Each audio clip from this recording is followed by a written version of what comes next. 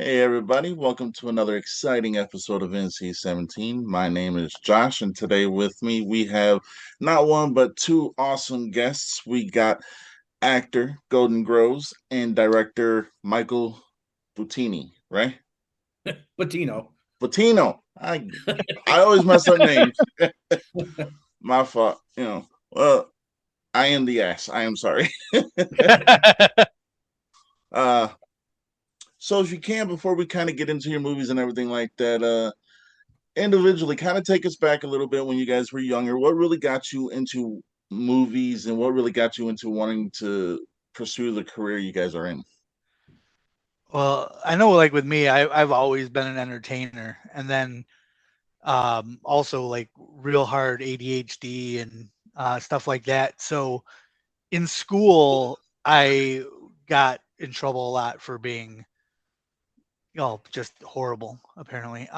So my parents, went to the truest form of parenting, bribery, and it became every week that I came home with like all good reports from my teachers, I got to pick any movie to go see in the theater.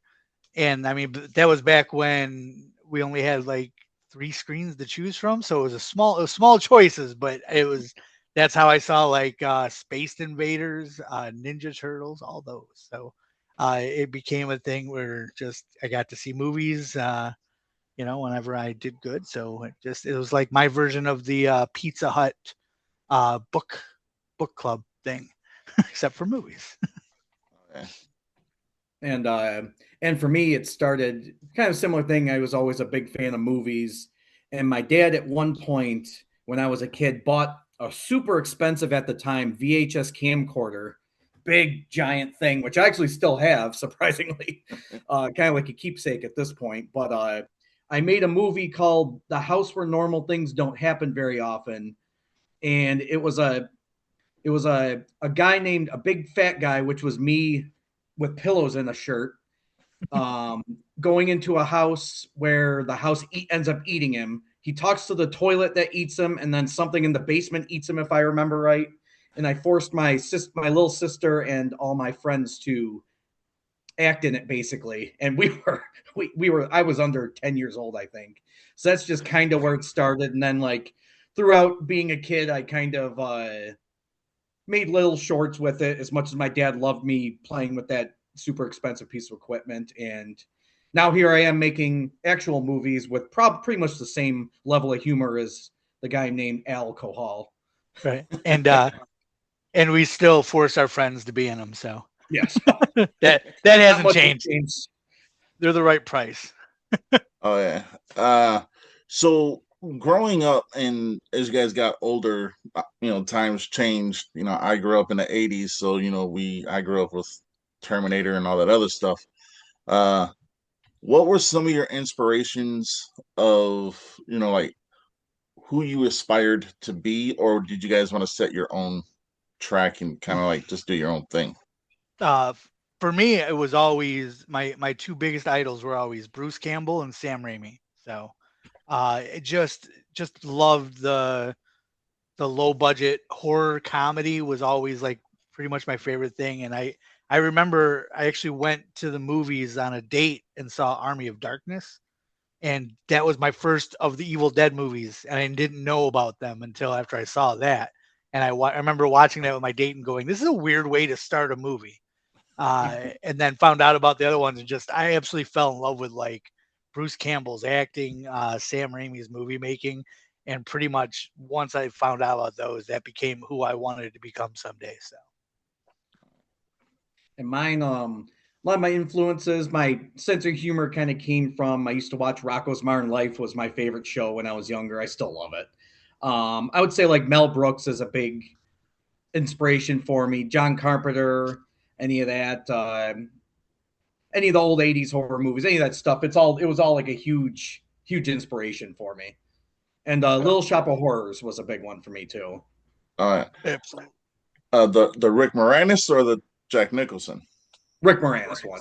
Okay, yeah, that's a bit of a taboo kind of conversation in my house. My wife loves the Rick Moranis one, but my brother loves the Jack Nicholson one, and I'm like, I'm Switzerland. I'm staying out of it. Yeah.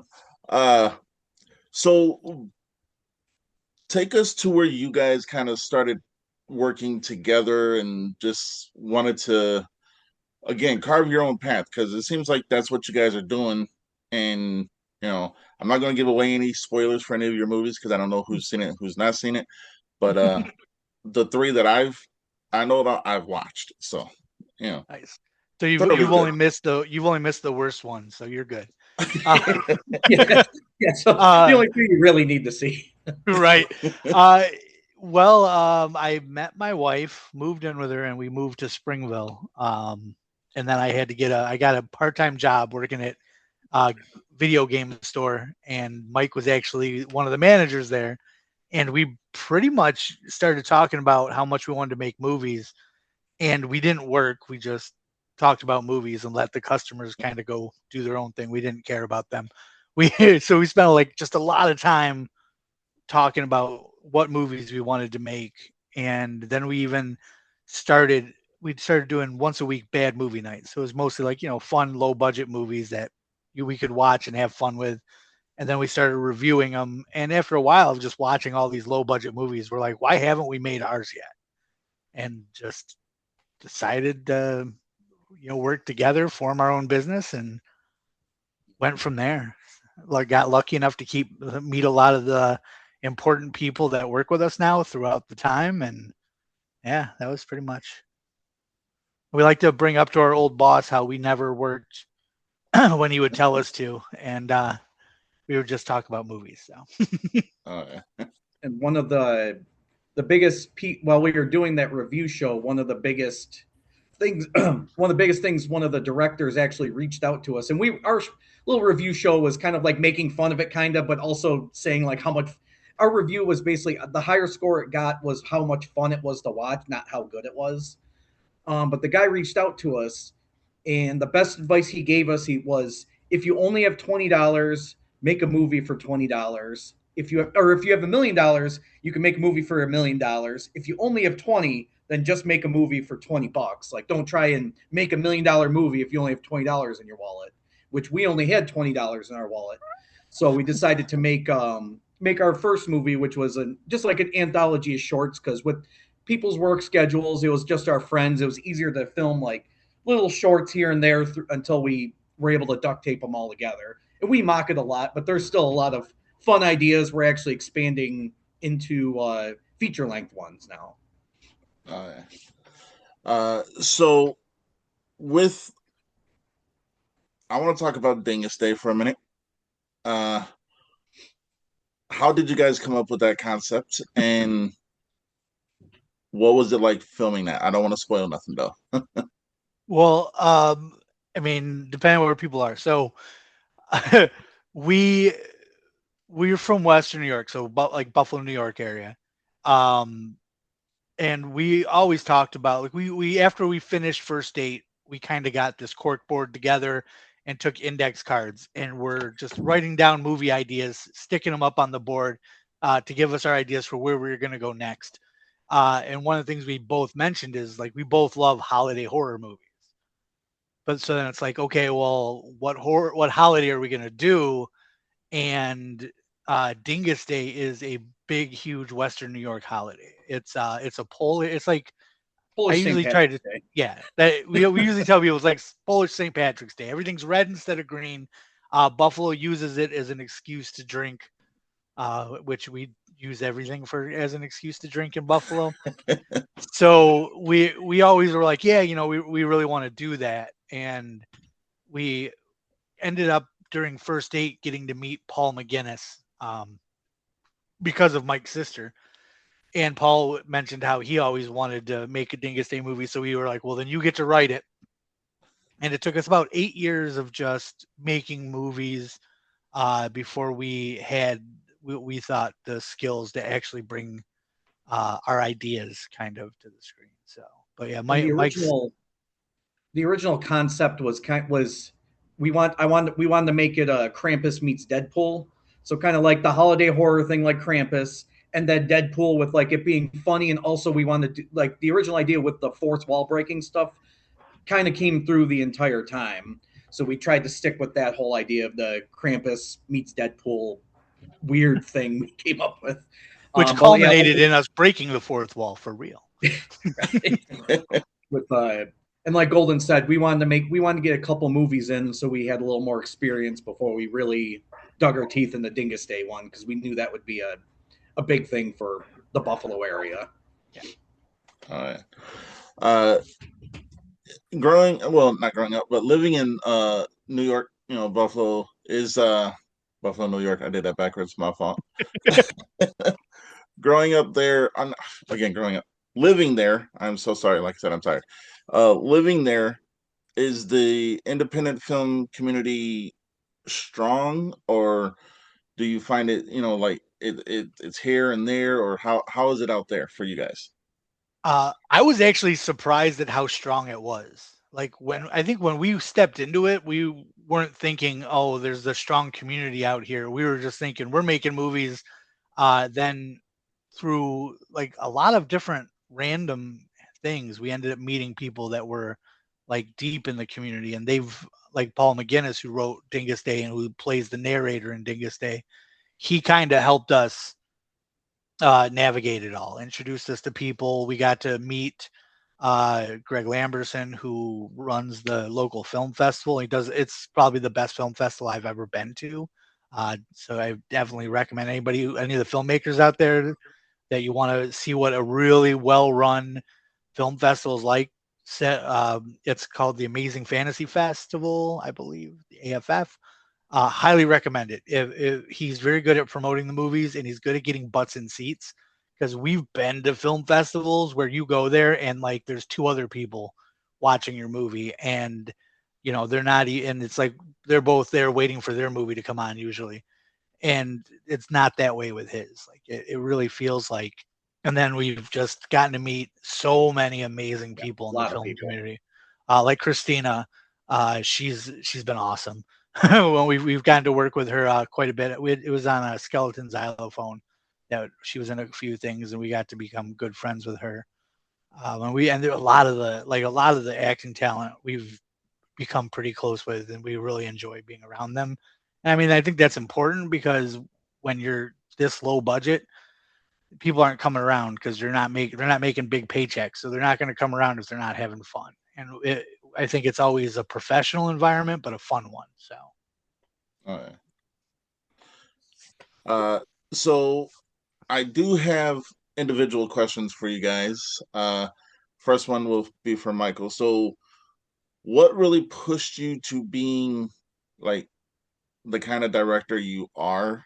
Because, and what I mean by that is like you have your own style. Because like I said, I've seen 3 of your films, and you kind of film different than other people I've seen, and that's interesting because the way you filmed it was along the lines of,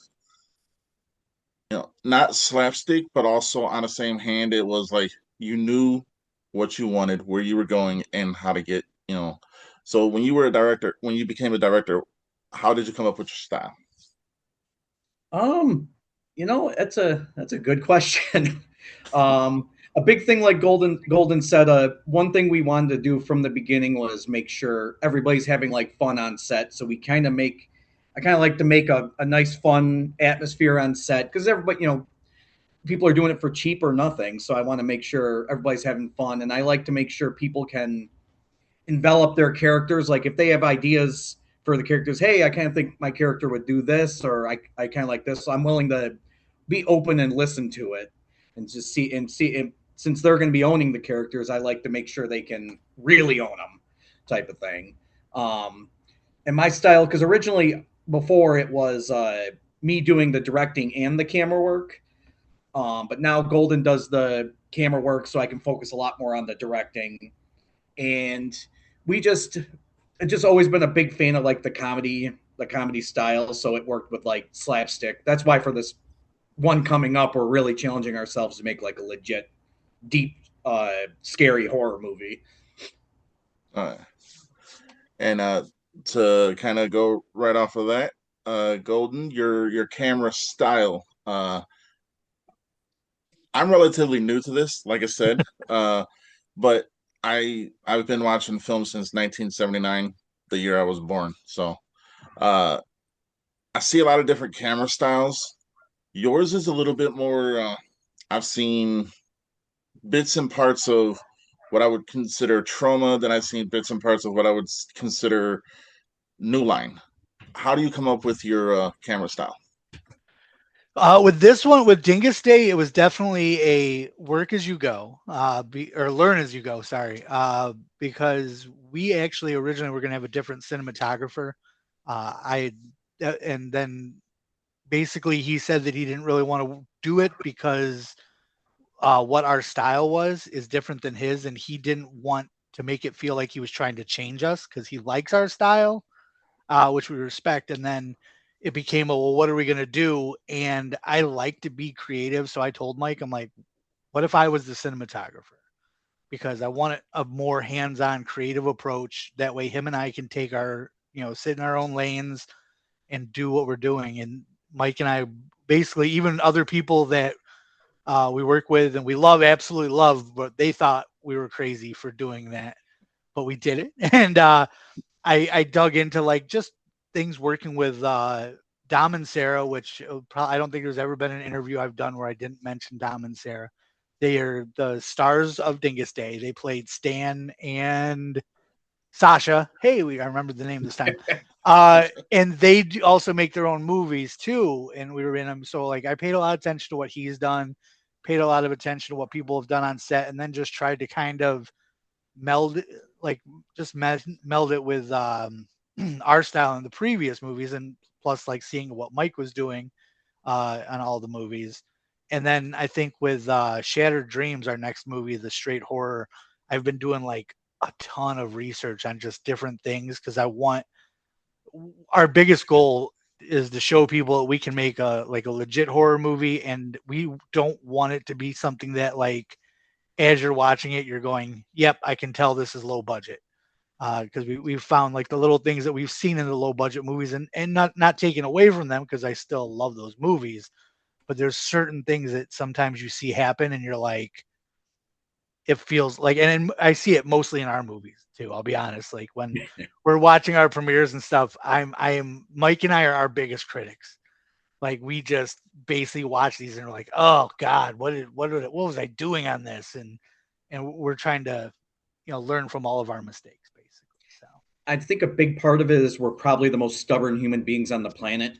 So if we're told we can't do something, or we're told like, oh, I don't know if I do that, we get stubborn enough where we're gonna make it happen no matter what. So I think that also is a big part of it. We're just extremely stubborn and persistent, and probably petty to prove people wrong. If I'll admit it. Very much petty. We are very much petty.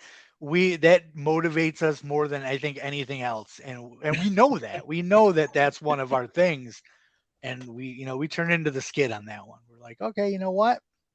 I'll make this movie just because there's one person we met at a film festival said they didn't like one shot, so now we're gonna show them. We'll make a whole movie based on that shot, and it's it works for us. Oh yeah.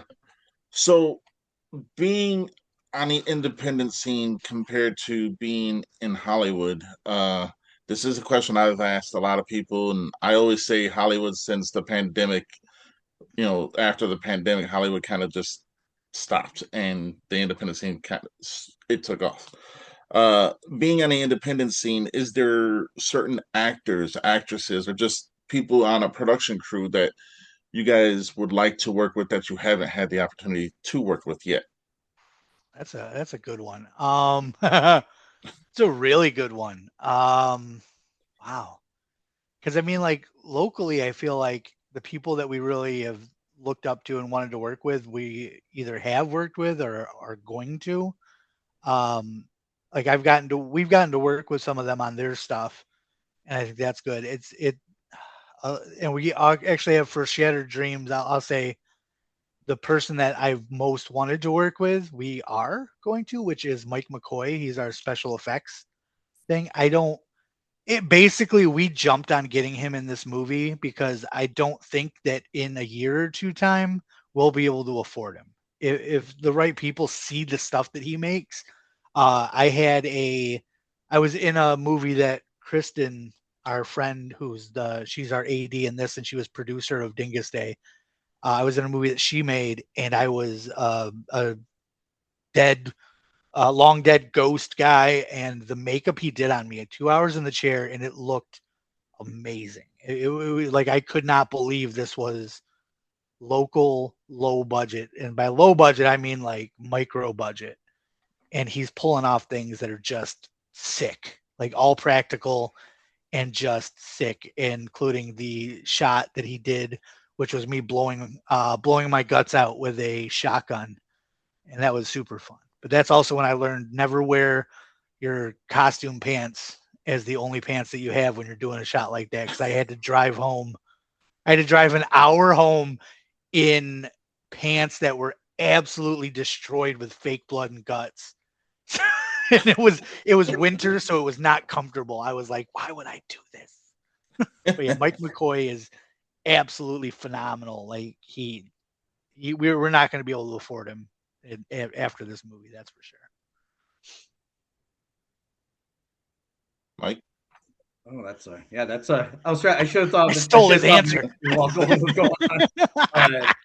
Yeah, it's a similar thing. You know, we worked with pretty much everybody we wanted to, and still we meet a lot of good new people just from through other people. Like we have one actor in the movie, and they might be friends with somebody who's really good, who might be in our next movie. I would say in Hollywood wise, if I was going to really wanted to work with someone, it would probably be like someone like Sam Raimi. See how what I can adapt from someone like him who started in like a super low budget, kind of grimy horror movies, and see what I can learn from someone who started there into where he is now. Bacon originally made Spider-Man, and all the horror movies he's still doing there are still fantastic. So that'd be cool just to pick his brain on and see see how he works on set and see how I can adapt to the way he does things. All right. Little tidbit. I live in Michigan, so anytime that they're here and I get a chance, I try to go meet them. They were at Ted Raimi, not Sam Raimi, and Bruce Campbell and a couple of the other people from Ash vs. Evil Dead was at Motor City Nightmares 2 years ago. Yeah, 2 years ago, and I never seen a place so packed. Like it was crazy. We met Ted 2 years ago as well, so it was awesome. Oh yeah, good people. Oh yeah. I mean, and I think too, it's funny because like I'm obsessed with the Evil Dead movies and that stuff. Like I've read all Bruce's books, all the books about Evil Dead. I've seen all the movies like special edition. I watched all 3 of the original movies with the director's commentary on because that's my thing. And like, yeah, we Mike and I actually in not peak COVID, but when COVID was still kind of doing stuff there, and we live like in Buffalo, and they had was it Illinois? Dixon, Illinois. They were showing Evil Dead 2 and Army of Darkness at a drive-in, and it was hosted by Bruce Campbell. And we were joking about, well, we should go do that. And then our other buddy who was in the middle of moving between here in Seattle was like, oh, that's nothing of a drive. I'll drive you guys out. And we drove all through the night and just to see this get to see Bruce Campbell introduce, and Evil Dead 2 is my favorite of the series. So like to finally get to see that on a big screen was just like the dream come true for me. And I did get to meet Bruce a couple of times. He did sign. I have the tattoo of the cover of Army of Darkness on my forehead. Geez, forearm. It's not up here. That's a lot of space though. But and he did sign that once, which was super cool. So. All right. So the question that kind of I ask everybody this question: where do you see yourself 5, 10 years from today? I mean, I would say for me, the dream. I mean, as much as I would love to be, making millions of dollars in Hollywood and everything. I think for me, like the dream that's what I really want to reach and strive for is for us to make enough off the movies to live off, for that to be our main job, not to have the 9 to 5. I think that for me is my big dream for it, would be to be able to do that. Because yeah, I think that's the more realistic, because I don't believe any studio is going to be sending a limo to pick us up any day soon. So more realistically, I would just love to make movies and make enough off of them that we could just live and have that be our life. And I should have spoke up quicker because I was going to say the same thing. Like I'm not expecting to be a millionaire with my movies and anything like that, but it would be nice to be able to make these movies and make like an actual living, just like a comfortable living in the creative sense. I do photography as well. So just like between photography and the movie making and all that stuff, it would be nice to just be able to make like an actual living, just live a comfortable life doing that kind of stuff and doing creative type things. Because I work in an office now, but I'm not built to be an office drone type of thing. And if you look at all the photographs behind Mike on his wall, those are all his photography, and that's just a very small portion of it. He does an amazing job. Like, I will 100% a cheerleader for his stuff. Like, he does such a good job, and I always love promoting it and everything. All right. I'm gonna give you guys the floor to kind of give advice to people who are trying to get into the industry in any way, shape, or form, and how the best way you guys think that should be. I would say the biggest thing I could say is it's the simple one. It's just do it. If you want to make a movie and let's say you have your iPhone, I've seen surprisingly good short films created on iPhone. If you have just like a DSLR camera that can do video, do it on that. And if you have some buddies who are willing to act, or if you don't, make your own documentary of something. Just make up a documentary about your town if you want to do that, or pretty much just do it and get your foot in the door. We started in with like a 10-minute short on it was like a awful zombie thing because we wanted to go to the one film festival, so we made just one day made a little short zombie thing, which was kind of fun, and we submitted it. Was it good? No, but we got in there, and we met a lot of people just submitting that short to the. It was a Buffalo Dreams Film Festival at that point, which is now AFF. We submitted there. We met a bunch of people, and it just kind of started us till we made our feature length movie. And that's the same advice that the one director gave us that I could also pass along is if you only have $20 in your pocket and a cell phone, then figure out how to make a movie with $20 in a cell phone. Like Hollywood's not gonna send a limo to come pick you up, so just do with what you have. If you only have a little bit, make a small little movie and somebody's gonna like it. And if not, you start small and just grow from there. Start from a small cell phone movie and some people might like it, and then you just work on making, all right, I'm gonna improve in my next one. Yeah. And yeah, just piggybacking off like what Mike said, because obviously not everybody that wants to get into the industry is going to be a good writer, director, and all those things. So if you're just looking to get into a portion of it or a part of it, go to the local film festival. By going to that, you're going to meet people, get the thing so you can be on their sets, acting or helping out, doing whatever, and learning the trade and getting to know those people.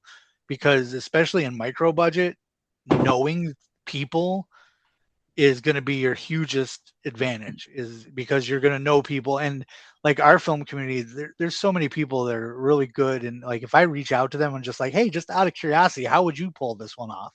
And they'll tell us. Like, they're not going, oh, sorry, I can't help you, And like, even just working your way up through that, because like Amelia, who's going to be starring in Shattered Dreams, and she was I can't remember her character in Dingus Day, her name, but she was basically the bully on the mayor's crew. She was the tough as nails. She's amazing, and like, she's getting ready to direct her own short film, and she's leaning on all these people that she's met from acting in these movies that, and which all start somewhere. And the best place to start is your local film festival. You're going to meet the local film people, and chances are there's a good portion of those people in that community that are going to be super helpful. Oh yeah. So like I said before, I'm relatively new to the filmmaking industry. I mean, we just filmed my first film in November, and I did it kind of. People say ambitious, so this is kind of gonna sound ambitious. I wrote a script. It wasn't originally, it was a short story, and I was like, cool, I'm happy with that. Woke up one day, I was like, nah, I'm gonna make a full length film. Then I was like, nah, I'm gonna make a trilogy. And when I was telling people this, they were like, you're fucking crazy. You know? And I was like, yeah, but I've had so many people, like you guys say, just do it. Found an amazing group of people, and we did it. And I mean, the advice you guys give, trust me, I am prime example of taking the advice you guys give. So I'm eternally grateful for everyone who says just go for it, because you guys, if it wasn't for you guys, people who have done this for years, people like me, we wouldn't be doing it. So I appreciate you guys, and I thank you guys for that. So, and I think a huge thing like that I think we have going for us too when we see out these movies, like, because when we go, I love going to film festivals because like 99% of the movies that you see there, that's the only chance you'll ever get to see them.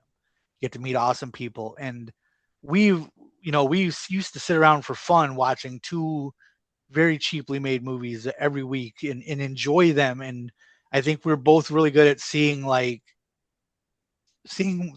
love that goes into them, seeing what people are doing. And honestly, I would rather watch someone like you that's ambitious and trying something because you have such a love for it than the people that we run into that get like huge amounts of money to make short films and then like never step out of their comfort zone. They just go with, what they know they can do really well and get all this praise for. Whereas we're like, you know what, let's try this weird thing, like Dingus Day. Like, what if you get out of Buffalo and Cleveland, nobody knows what Dingus Day is, and it didn't matter. We set out to make this movie that was, if you were from Buffalo or you knew anything about Dingus Day, you would love and laugh about all this stuff. But also, if you've never heard of Dingus Day, you're still along for a fun ride. Like, you're not going to be left out. You're not going to be watching this going, well, I don't get that. We didn't do really any inside jokes. We tried to keep it universally like what would be fun, but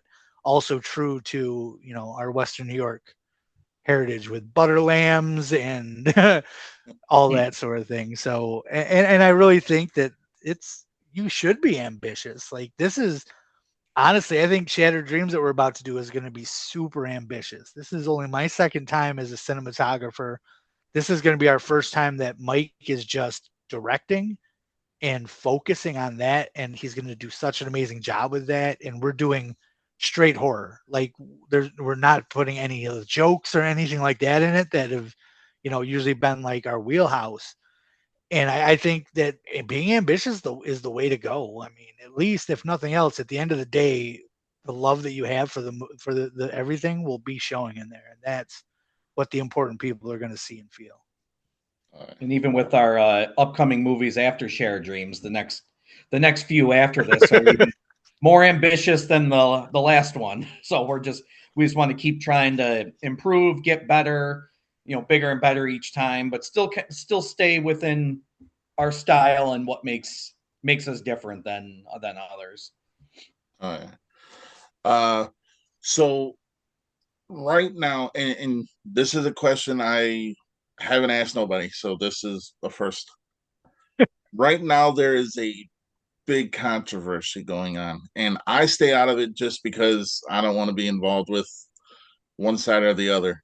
And if you guys don't want to answer it, that's perfectly fine. But the controversy is AI versus human. Yeah. Yep. I had a feeling that's where it was going to go.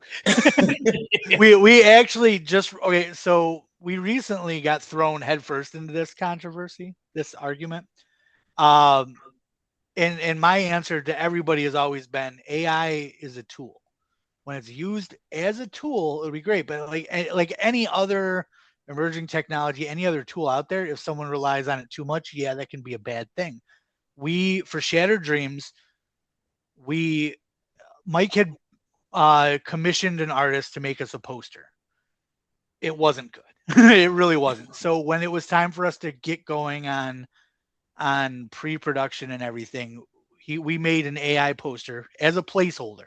Like we had, because like Mike said, he's a photographer and he's an amazing photographer, and we had the idea for what we wanted for the poster, but we needed the chance to get our main actress, and we needed snow, which didn't happen when we started pre-production yet. So we needed the snow and all that stuff. So we did this placeholder AI poster with the plans of not only making our own poster with Mike's photography, but also there's another local artist who paints with coffee.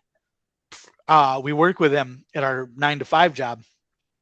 He paints with coffee, and he usually does like pop culture stuff, and it's Espresso Yourself Art, I believe is the correct name. I probably messed that up. He's making us a poster. So we had plans on like 2 different, made by an artist human posters. And we had a bunch of people just rip into us that we even that we used an AI thing. And it's like, we explained we didn't take any money away from artists. At this point, we're going to have had 3 artists making 3 posters. One of them wasn't good, and the other 2 are. So, it's like, I think the way we were using it, because again, we didn't take any money from anybody, but also you're in an industry where like you don't have a lot of budget. You have some, like our first movie, First Date, which was the one that you haven't been able to see, which is probably for the best. Yeah, because it's horrible. We had $1,000. That was our whole budget, was $1,000. So, we slapped together a poster for that and did all these things. But those are all little things that you need to kind of get the ball rolling that cost a lot of money if you're doing them right. So I personally don't see a problem with, like, obviously I don't think I'm going to be a huge fan of people that have their entire script written by AI or anything like that. But I think using it to help out on little things that you don't have the budget for, because like nobody, when Mike and I were making movies and we were both director, cinematographer, producer, actor, I had to do all that. Nobody sits there and goes, "Oh, well, you stole the money from a cinematographer because you did both." Nobody says you didn't have that, the money. but they don't. Yeah, but they don't say it for that. That's the only thing for me, and it's become a huge fight. And I mean, I can see both sides of it, and I guess for the most part, I'm just like, whatever you do to make your art, you do it to make your art. Some people aren't going to like it, and that's fine. Some people don't like, photography. Some people, so it's just the way it is. And I think it's just what I think I feel like we've seen and the world has seen anytime anything new comes out. Some people embrace it. Some people hate it. Neither of them are right, in my opinion. There's good things on both ends of that. And that's just my opinion on it, though. I kind of look at it a similar way because, yeah, for Shared Dreams, the only thing we did use AI for was that placeholder poster. I have no intention on using it at all in the production. And I'm aware with what it does to the environment, which is awful. Like the amount of water it uses for every prompt and what it can do to the environment, what it can do for neighborhoods around the data centers, what it could possibly do for my own 9 to 5 job. We just don't know. But in this specific situation, I can see people wanting to use it to help. Like, let's say let's say I can't afford a knife stab in a movie. At some point, AI might be able to put a knife in my hand while I'm doing this motion, where otherwise I wouldn't have been able to do it. And I could do clever tricks with editing and use like a real knife and stuff like that. But I could see someone using that. And I like Gold said, I can see both sides. I don't like the environmental effect. I don't like that it does steal, that it uses art that people made to make its pictures, make its silly little things. It does steal other people's art. So it's a very challenging thing. Do I think Golden and I are big assholes that we were called for using it? No, I don't think we're bad people for using the AI to make that one poster for the movie, which we were called that, which we're not. Because our actress lives an hour and a half away from us, and we didn't have a chance to get her picture yet. But the entire intention was have that poster front and center, just so we have a cool eye catching poster until we were able to create the one we really wanted to using my own camera. Oh yeah. I actually believe that that's going to be a battle that's going to go on for years, and I don't think there's going to be a winner out of either way because people are going to alienate people because they're using it, and then it's going to wipe people out because they don't have the money to do anything but that. That's just my opinion. Uh, but I will say, like I believe in being 100% transparent, honest, and everything. My first poster, which is hanging over there, completely AI. You know. And that's the thing is, like, I think when used correctly, like you said, like, because you were working on probably almost no budget, right? And so are you going to take what little budget that you have that could go towards equipment and all that and put it towards a poster? But you need a poster to make the movie.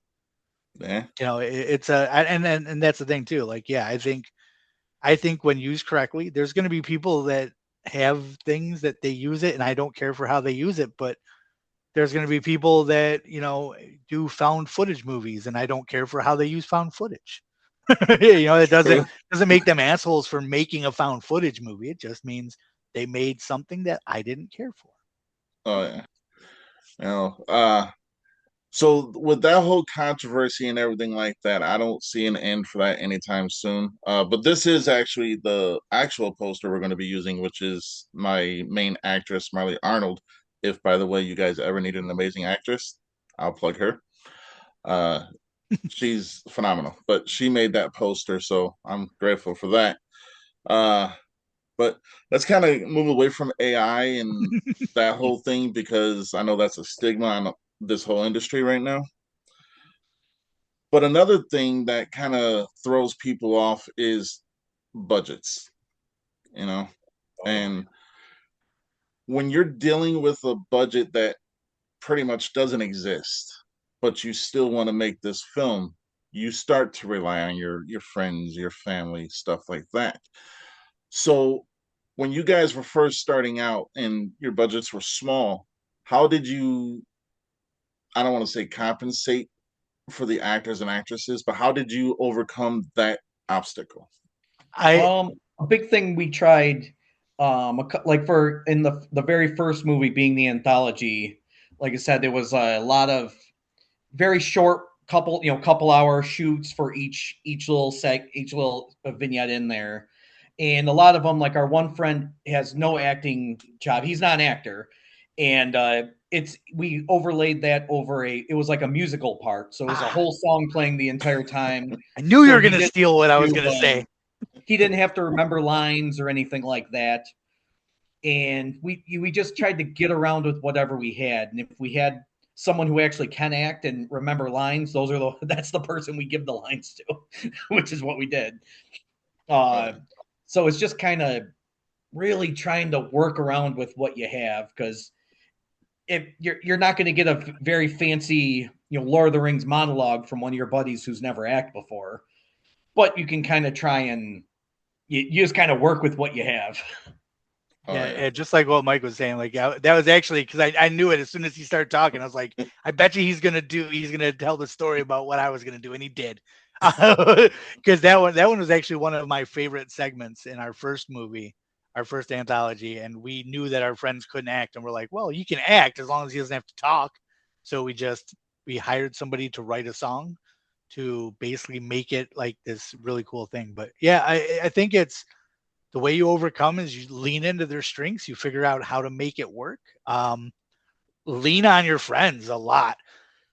Like we've been lucky enough that at this point we have friends that have made their own films and have been part of their own films. So like Mike and I were talking about, I had an idea for something I wanted to do for our next movie. And we still don't know if it's going to work yet. It looks like it might, but we wanted to make this sight gag. And I was like, okay, I think this might work. And I messaged every friend that I have that have made their own movies, that have done special effects gag works and stuff like that, and been like, what do you guys think of this? Then I threw together, I ordered the $15 worth of fabric that I needed and destroyed an old non-functioning flat screen and put together. And I think once we put it on film, it's going to work. And I think that was a huge thing, is just being able to bounce ideas off of other people, because a lot of like Mike and I, we bounce. That's all we do all the time, is bounce ideas off each other, because other people are going to have different ideas and different thoughts, and that might help just open up your own ideas by doing that. I don't know if it would just be us, but if someone just new starting out who hasn't met anyone at like a film fest or anything, if you know of people who make movies, and a lot of them are very friendly, and you can read, like, someone could reach out to one of us if they had a question or had wanted a little bit of advice. Like, most people would be willing to. If they're not willing to give advice or are really smug about it, then they're not people you want to talk to and get advice from anyways. But I would imagine anybody who'd message like either of us would happily give advice to someone they just starting out, because we've been there. We know how it is, like not knowing what to do or what might be a proper way of doing things. Yeah, like when we started out, like, it was so funny because like we would message people that we would meet at film festivals or see their films at film festivals, and I mean, sometimes the people were jerks. Like I messaged one guy and I'm like, hey, we're similar communities. We're both in the Buffalo film community. I watched your movies. Like, I'll go out of my way to watch movies of anybody that wants me to see their movies, because I know how it feels to get mine out there. And I was talking to him about it, and I was like, yeah, I would really love to just kind of like talk back and forth about some things. And he was like, oh, well, hey, I'm trying to sell all these swords. Do you think you might want to? And I'm like, he just blew me off. But then there's somebody else, like we met at the film festival that's in like central New York. It was in Oswego, New York. And we lost to this guy, and I still loved it because I loved his short film. It was Mick. He made Pumpkin Bitch, and we lost to it because it was just us against each other. We lost to it, but Mike and I watched it. We laughed hysterically. We ran into him at a brewery like later that day, and we started talking to him, and he was super cool. And to this day, like anytime we were making a movie or whatever, we reach out to him. We're like, hey, if you want to come by on set, please come by. We would love to, hang out and stuff. So I think don't get discouraged if you reach out to somebody and they kind of blow you off. There's always going to be somebody out there that's happy to talk to you about your stuff. So. All right. So we're coming near the end of the show, so I want to give you guys the floor again to plug your socials where people can or cannot reach out to you. That's entirely up to you. Plug where they can see your films, where they can purchase your films if they're available for purchase, and just purchase, and plug just whatever you guys want to plug. I'll first, we'll just start off, I guess, with saying where to find our movies. Darkness Binds, which was our first feature-length film, haunted house movie starring Sarah and Dom, who I will always bring up because they're amazing. That's on Tubi. Skeleton Xylophone, if you want just a weird anthology, not even just horror. Like, there's some horror and things like that, including the short film Dingus Day, which started the whole thing for us. That's on Tubi, so Skeleton Xylophone. And then Dingus Day is on YouTube currently. Also, if you're a big physical media person, we do have DVDs, and you can reach out to us on those. As far as socials go, I'm the old man of the group, so I just have Facebook. And I do have Instagram, but if you follow me, it'll be the most boring thing ever because I don't think I've posted anything on it ever, except for the first picture. So other than that, though, Mike has way more socials. For my socials, anybody wants to reach out to me, they can reach out to me right on my personal here, Michael Buttino. We have the September Brothers Facebook page that we update. We should update more often. Our upcoming movie, Shattered Dreams, we do have a Facebook page, Shattered Dreams feature film for that one. My own socials, I try to keep it all coherent. It's a Mikey B Director on Instagram and TikTok. My TikTok is a lot of my photography and random green screen things I think are funny at the time I throw on there. If people are interested in like my moody and spooky photography, it's Shutter Obscura for photography. And then Yeah, keep up on September Brothers, any of our updates for our movies. After Shattered Dreams, we do have one called Karen. That's going to be our next movie. That one's going to be a post-apocalyptic barbarian movie. That is a short that was in Skeleton Xylophone. That starred And after Christina that, Santiago. we have a movie called Johnny Justice coming out after that, which is actually it's a superhero musical based on a short that was in our very first movie, First Date. And then finally, after that, will be a movie called Sucko the Clown, which we're just started talking about literally today. So, which is also based on a short from our very first movie. So we have a lot of movies down the line, but any of those socials, and we're both, despite what my face usually says, I'm very open to talk and be friendly if people message me and want advice. Yeah, we're definitely always open for people to reach out. Like, it, and I think a lot of that too comes down to the fact that we had directors that when we were posting reviews of their movies, they reached out to us, and it was the coolest thing. Like, they to just hear that they enjoyed like our review and just talk about your movies. And like I said, I'm always happy to watch anybody's movie in any format that they have it on. I mean, I don't have a VCR, so if you put it on VHS, I'm not going to be able to check that out. But anything else, like I'm absolutely will spend the time to watch your movie. I'll give you feedback. And honestly, and the one thing that's important for Mike and I when we give feedback, because we've learned on how we feel about certain kinds of feedback, my feedback, our feedback would never be something that you couldn't control. Like if you only had a $2,000 budget, you made this movie, we're not going to tell you, well, you should have been working with a $10,000 camera. We're going to do the things that you can fix, that you have control over, and we'll do it nicely too. Like we never try to be jerks about about it, just because like we've had people that reviewed our movies and been like, oh well, you should have had a professional hair and makeup person on set. And it's like, that's the lowest thing in our budget, is that we're gonna hire someone to do hair and makeup. Like I in Dingus Day, I made the mask for the dingus that I wear. I also would have benefited from having a special effects guy, because I think more than one time, basically I was so sweaty. The only way to get the mask to actually adhere to my face, because we were doing this in the summer, was by pouring large amounts of liquid latex on it and just slapping it on. So there was one entire day of filming that my eye was glued open. Like I Dang. couldn't close my eye at all. But it's just, it's just what happens. It's fun. Yeah. So when we do our criticisms or anything like that, it would be stuff that we believe, you know, helpful, that something that you can control. I'm not going to tell anybody that they should have a 20,000, that they should have a family member go into debt just to pay for their movie, so. Yeah. No.